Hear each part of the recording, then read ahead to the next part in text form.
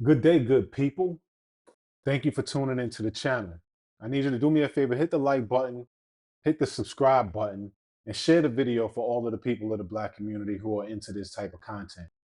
But before we get into the interview, I need you to do me a favor. Visit BruceStroubleJr.com and purchase his new book, By Any Dreams Necessary. He has the book available in paperback form. He also has the ebook and the audio book as well. I believe it's important that we support our people who are putting in the work to drive our community forward in a positive manner because it helps them to continue to do that work. And Lord knows how much we need it. So I thank you in advance, and I hope you enjoy the interview. Peace. Welcome to the I Love Humans podcast. I am your host, King William Thompson, aka the Antisocial People Person. And I am joined by a very special guest this evening or this morning, depending on where you are. Where he is, it is the evening. Where I am, it is the morning. This brother is an environmental justice activist, an anti-racism practitioner who was raised in Altadena, California, where he first witnessed the impact of racial inequality and pollution on Black Americans. He later moved to Tallahassee, Florida, to attend Florida A&M University. And after earning his bachelor and master's degrees and doctoral degrees, he started to work as an educator while also taking on the challenge of designing policies and programs to assist vulnerable communities in adapting to a warming planet. Throughout his career, this brother, Dr. Bruce Strouble Jr., has led climate resilience efforts at Groundwork USA and developed community programs for the city of Tallahassee and Florida A&M University's Sustainability Institute. He experimented with innovative approaches to support neighborhoods facing historical divestment and climate challenges. Along the way, Dr. Strouble has directed multi-million-dollar revitalization efforts in partnerships with local leaders nationwide, rebuilding urban neighborhoods and strengthening community-based leadership. While serving on Leon County's Affordable Housing Advisory Council and the City of Tallahassee's Charter Review Committee, Dr. Strouble discovered that fair representation can transform entire neighborhoods from within. Motivated by that insight, he continues bridging community activism and policy as a member of the Moving Forward Network Advisory Council and the Capital City Chamber of Commerce. As a senior fellow with the Environmental Leadership Program and the Institute for the Polarities of Democracy, he builds alliances that highlight the real power of local voices and strategic leadership. Today, as Executive Director of Citizens for a Sustainable Future Incorporated and President of Rethink Energy Florida, he works closely with community members to create anti-risk climate solutions that benefit underserved families and advance democracy and environmental justice. In his book, By Any Dreams Necessary, Dr. Strouble shares how these experiences shaped his belief that African American communities can overcome historical barriers through strategic action, solidarity, and the courage to dream for a sustainable future. That's something that I rock with. And that's one of the reasons why I really wanted to have you grace my platform. And I want to thank you for taking the time out to be here with us. So, ladies and gentlemen, I bring to you Dr. Bruce Strouble Jr. How you doing today, Dr. Strouble? I'm good. I'm doing great, my brother. Thank you, Brother William. It's been an honor to be here with you, man. We chatted so much over the years. Yes. I'm thinking, man, I know you on social media at least for about maybe a decade now. It's amazing how we built these relationships now. So we always have chatted about these subjects, and we've been in chat groups where the people were not so friendly to us for our shared beliefs that Black Right. people deserve dignity and respect on this planet. So Man, I've always appreciated you standing fast on what you believe, and I'm glad to see you building up your platform, brother. thank you. I appreciate you for assisting me in that process wholeheartedly. Before we get into this, though, like you just mentioned, we've known each other through social media for over a decade now. So I got to start here. Let's go. Canelo Crawford, who you got? Bruh, this is the hardest ever because I everything in me wants Crawford to win it, but Uh-huh. he would be defying so many odds to pull this off to go up that many weight classes against Canelo's not the GOAT, but Canelo is a live content like he's a champ. It's not like he's just going up facing a person who I think he could beat it that way. So he's going up fighting one of the best in class. And that's gonna be a hard feat. If anyone could pull it off, it'll be Bud though. But I I don't want to get my hopes up, man. So I've been not making predictions. If I had a gun to my head and had to pick to save people, I would go with Canelo, man. Unfortunately, just because he has all the advantages. Crawford is the underdog here, and I think he knows that he gonna come out to prove it. And I hope he gets it done. But I see Crawford as the underdog. I do too. I'm rooting for him. I think his strategy might be to stay on the outside early on and then press the action mid to late rounds because Canelo has the reputation of tiring. So I don't know. I I don't know. hope it works. Me too. I hope it works. Me Yeah. too. As long as he goes the distance, I'm happy. Yeah. Yeah, and I think that's even a long shot because Crawford got a lot of pride, and I can't see him running from a fight. So Yeah, yeah, but it might be too little. I don't know. I hope not, but we'll see how it goes. All right, so let's get into this, man. Dr. Strobe, I want to get into a little bit of your background first. Uh, I know that, like I just mentioned, you grew up in Altadena, Florida. Uh, and I know that both of your parents, from what I understand, were graduates of Howard University. yes, sir. Um, as you know, that's not normally the case in our community. Unfortunately, most of us grow up single parent homes. We don't have the the benefit of two parents, much less two scholar parents. So I wanted to ask you, how do you think that upbringing impacted you in the path that you're ultimately walking today? Man, so just point of correction, my both parents, one parent graduated, both parents went, but my mom got pregnant with me while she was in undergrad. So dad had to start working. He couldn't stay in them classes. So Okay. he would later Okay. on go back to school. But I was on Howard's campus as a newborn, as a toddler. I was when I was gestating, my mom was taking political science courses and civic education courses and stuff at Howard in the 1980s. So um, it definitely had an impact on how I was cultured. Like I came up with an understanding that racism was there, and that it could affect the decisions that we made if we weren't careful. I came up in a household that taught me to be proud of my blackness, to love myself as a black person, and to also care for black communities. And then, fortunately, my parents decided to settle in Altadena, California. And the beauty of that was it was a historic, we had neighborhoods in Altadena that were historically black. In California, they hadn't really been redlined or gentrified at that time. So we had high percentages of black homeowners who had been there for decades now at that point. And we got to see the potential of what happens when communities have time to develop. Unfortunately, going into the late 80s, early 90s, we did start to see some of the same problems that we're facing some of the more severely hit communities in Los Angeles area. The gang violence, the drugs and stuff like that spread into the area, and it did have a negative impact. And then finally, that fire that just happened pretty much wiped out the last vestige of any black resilience in the Altadena area. But nonetheless, all that shaped me to be a community focused individual. And anyone who knows me, anyone who's seen me work, I'm always thinking like, how does what we're doing uh, impact the community? Like, it's not just about me. And I do that to the point where I have four children, and I'm always looking at my investment in the community is to make it so it's a safer place for them because they have to live in it also.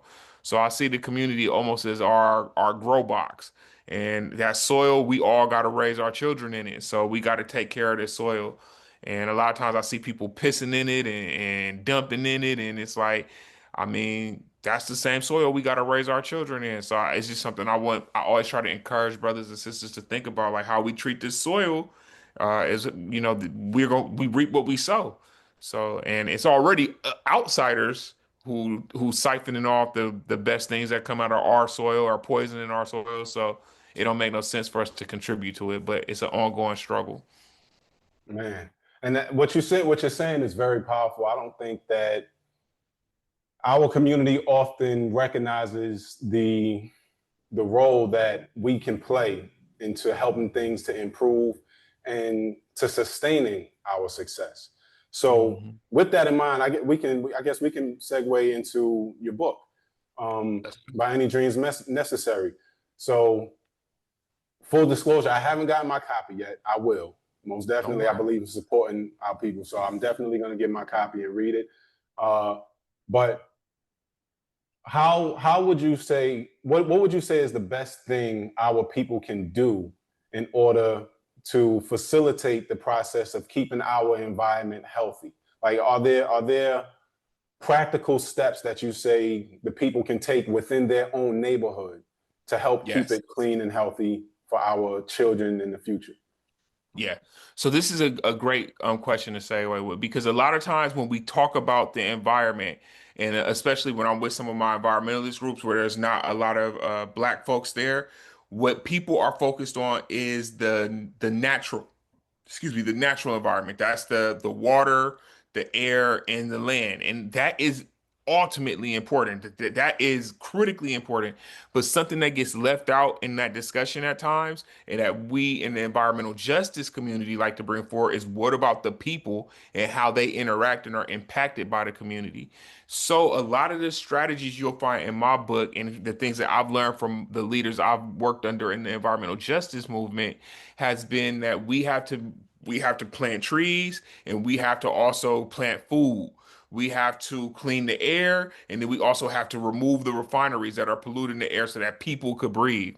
So it's not just about the animals and the air. We see humans as a vital, critical component of the environment that must be upheld and protected, especially our most vulnerable communities.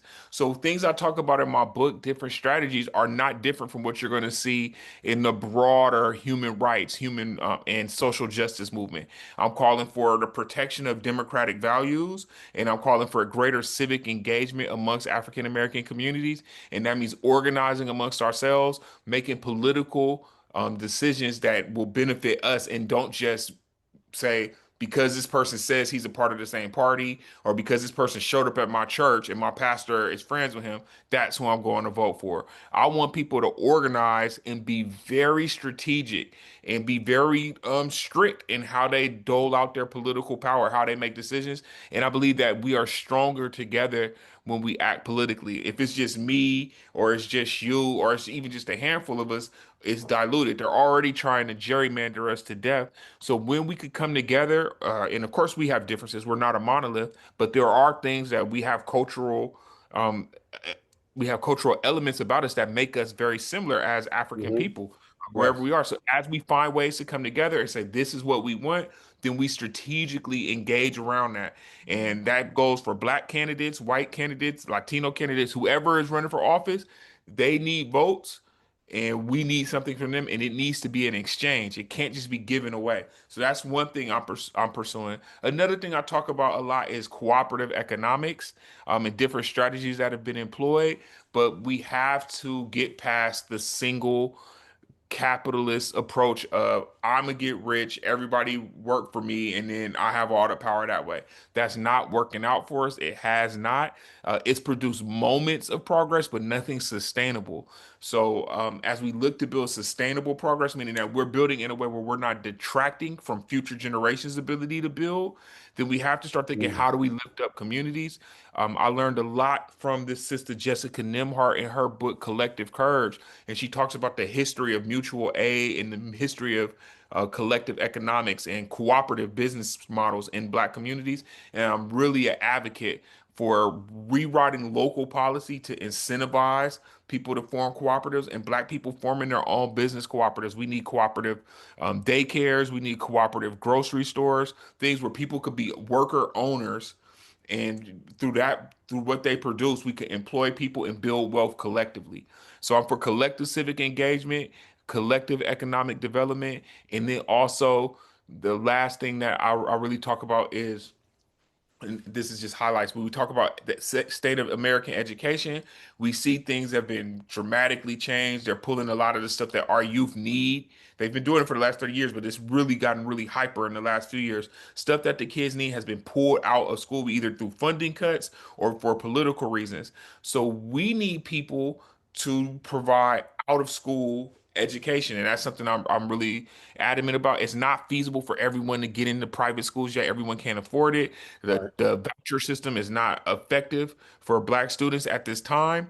So with that said, we still need to make sure that our kids are getting supplemental education, and that happens in the form of Saturday schools, summer camps, where we could go in and give culturally relevant instruction to Black youth, and that's so critical to their full development, or else we produce, when we do get educated people, they might be missing the cultural component, or we get culturally relevant educated people and then they can't do math and they don't have any scientific understanding. So we need to have those merge together so that we could get whole children who become whole, healthy, community investing adults. And that's what we're just creating, the people who are going to build the community that we want going forward. And that's what I think is a big part of this. I agree with you wholeheartedly. Um, I'm going to put a pin in this right now because I don't want to bring up, we're going to get into that in more detail a little bit later. But first, I just want to address a couple of the things, a couple of the questions I have in relation to the book. Go Uh, for it. I was watching an interview that you had recently did, and you mentioned that the first you mentioned that environmental issues are the root of many of the problems with regard to racism. Absolutely. Um, and to support that point, you mentioned how corporate industries contribute to a lot of the environmental issues that we see in our urban communities.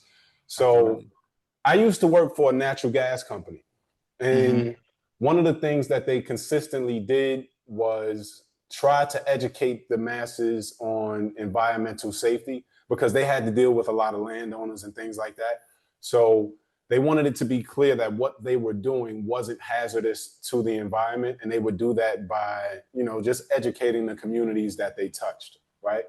Um, so with that in mind, I wanted to ask you, are there specific industries that cause more harm than others in our urban communities? Yes, we know the oil companies, and natural gas has consequences. So I know they will try to color it as harmless, but it's not. Especially when you Right. get into how that gas is sourced through fracking and other measures like that, that has Yes. consequences.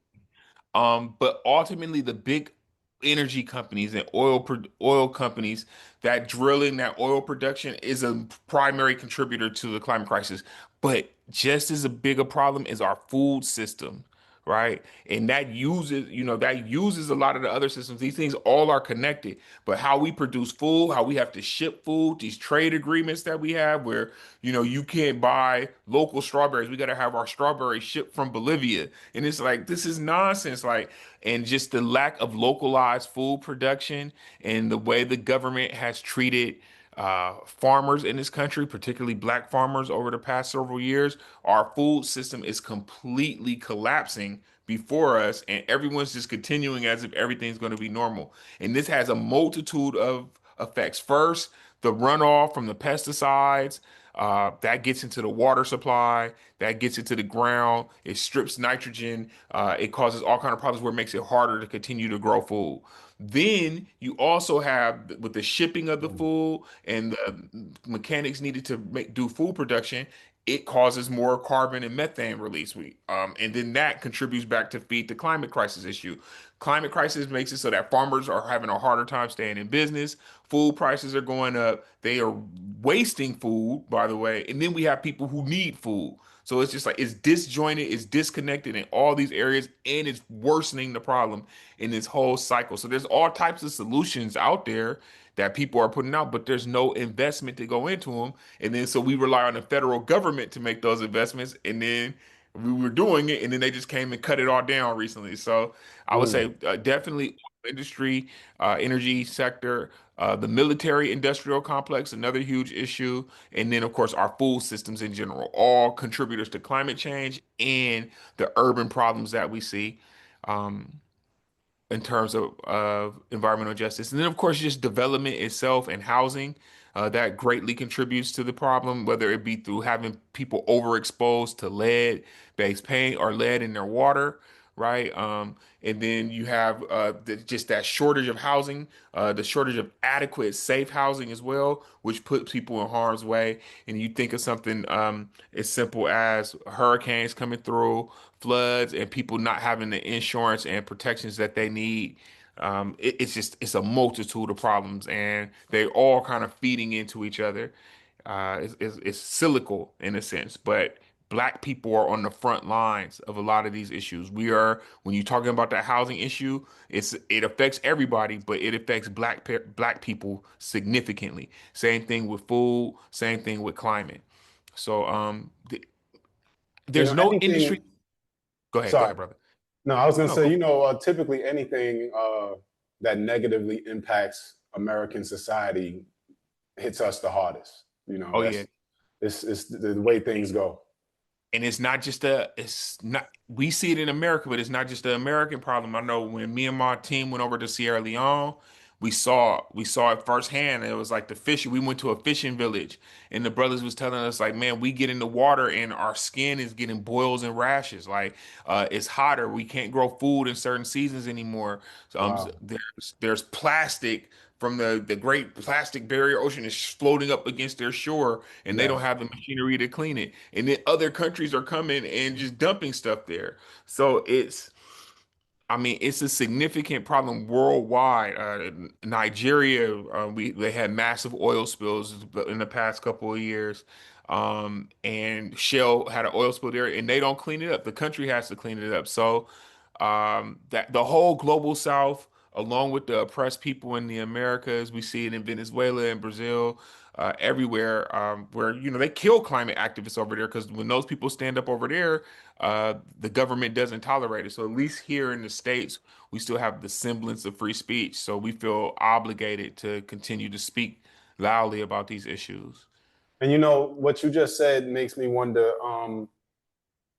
when it comes to fighting back against these industries. Obviously, the gas industry, the oil industry is a massive industry. It's a massive moneymaker across the globe, right?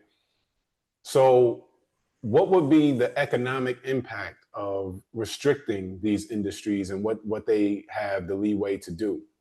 So this is where people's economic philosophy comes into question, right? Because if we think about it as just what's the initial cost, if we don't think in a sustainable economic mindset, and we think what's the initial cost right now, it seems like in the moment you would pay massively to make the transition. Mm-hmm. However, when you think about I guess when you say the deferred cost, what's going to be the cost down the line, that with all these disasters that we're going to continue to happen if we do not get below a certain um if we don't stay below a certain threshold in carbon emissions or the temperature doesn't raise beyond 1.5 degrees Celsius, if we are able to stay below that, then we avoid a series of catastrophes to multiple systems that we depend on as human beings.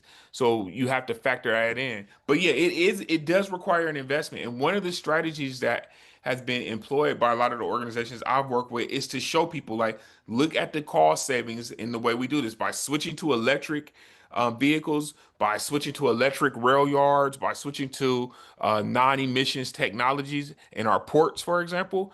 It allows us to save money in a very short time period. But I mean, to some people, they're not directly impacted. And by the time they're impacted, most of us will be underwater. So that is the problem. The people who have the privilege and the money, uh, they have effective propaganda, they have control of politicians, and they just make this a really hard uphill battle to show people like, look, there is an alternative, and if we make that change now, it'll be less pain later. But I don't think people are thinking about the future of the country. They're thinking about right now, how do Right. we produce as much as China, or how do we stay ahead of other countries? And it's like, I mean, at what cost are they willing to stay on that path? I mean, it's the tangled web of never-ending questions. I don't know.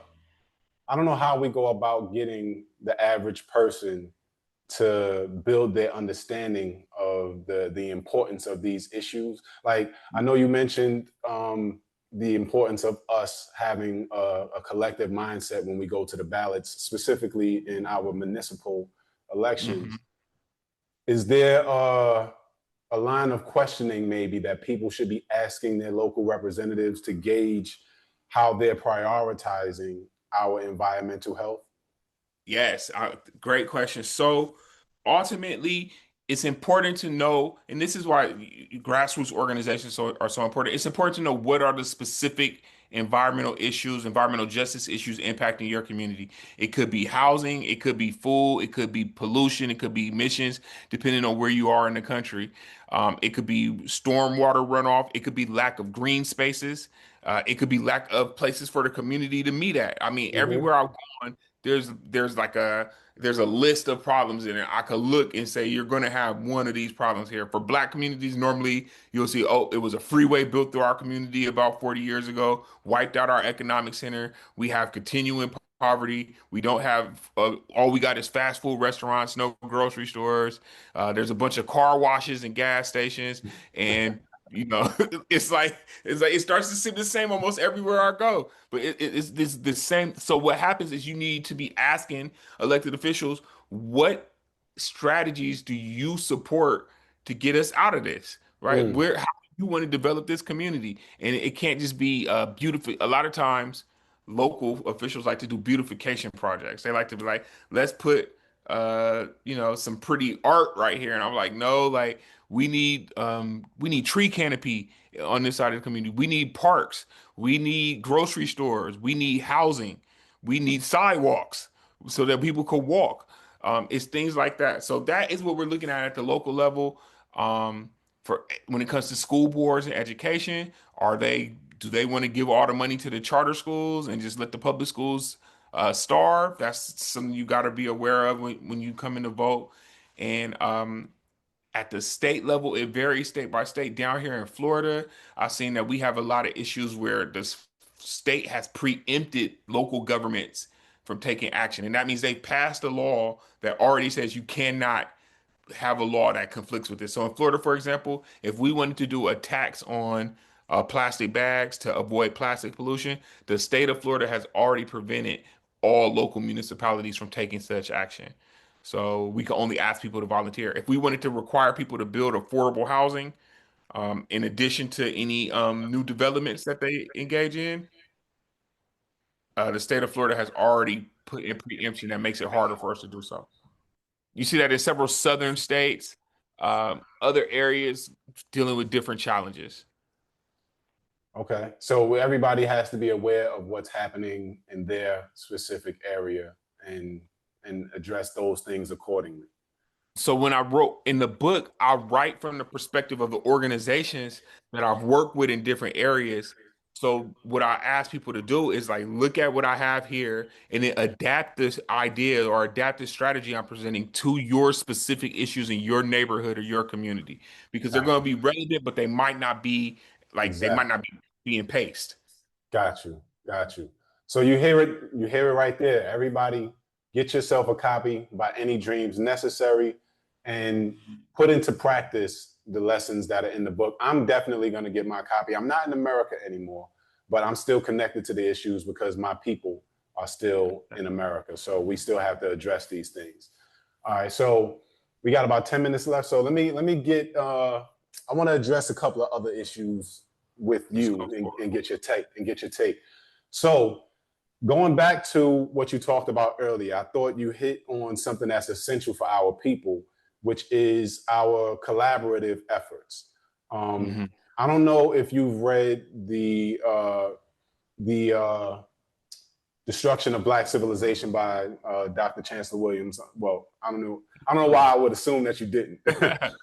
That's a must read for all Black academic scholars. I wholeheartedly agree. In his book, I don't think it gets enough attention, but in his book, he laid out a comprehensive plan for our people to follow in order to lead our path toward liberation. And one of those things, I mean, it's a lot of things in there because he was covering all bases. But one of those things was, in effect, our collaborative economics. And you mentioned how we have to have things we have to have things in place within our community where business owners are effectively members of an oversight organization that gives them a direction that all of us are in support of. This is something that I've been exploring for a little while now, how to get our people to adopt an organization like this, how to make an organization like this spread. I'm not a boots on the ground guy like you are. That's one of the reasons I respect you so much. My perspective is the first thing we need to do as a people is to tap into the way that we think and the way that we view our environments, not just like the environment, but the things that we experience, how to compartmentalize those experiences, and then after that, how we identify as African people. Because as you and I have both seen of late, there's been a resistance to the identification of us as Africans. So with that in mind, I wanted to get your take as someone who is a community leader, someone who works with organizations. How do you think we can get to a point where those of us who are successful in business, who are educated, can put in the effort to form these organizations, consolidate the hundreds of organizations, if not thousands, that we have into one overarching organization where everybody is under the same understanding that we're working towards a common goal, which I believe is our liberation and sovereignty? So that's the dream, brother, right there to start to bring people under some kind of uniform umbrella that supports the upliftment of our people. I think this is where democratic efforts become important because what happens, the challenge that we have is, we got our church over here. Me and this person will get along. He go and start his church across the street. They don't get along. Somebody started, and now we got four corners with four churches. Yep. And you know what? Maybe that's the way we do it. But how do we all have central issues that we work together on? I Mm-hmm. have strategies for building unity, but none of them are, I'm not arrogant enough to believe that they are the end all be all of that strategy. But I've seen this process that I learned from some sisters called the Community Healing Network. They have this great idea for how we actually make it a intentional point every year in October to focus on rebuilding and healing the divide in our community. And we make a practice out of it until it starts to stick. And we have to set tangible goals like organizations being called to the table. How can we work together? It was a time everybody was getting that grant money from the government. That time has dried up. The only way people are going to survive now is through collaboration and solidarity. So I offer that. I think again it goes back to educating our youth that this is something that they should aspire to do. We need our Another part is you look at our culture as an instrument of education. We see it used to miseducate our people. I advocate that we try to take back our culture and use it when we have Black music, when we have Black art to educate people on what we want them to learn. So it requires organization. It requires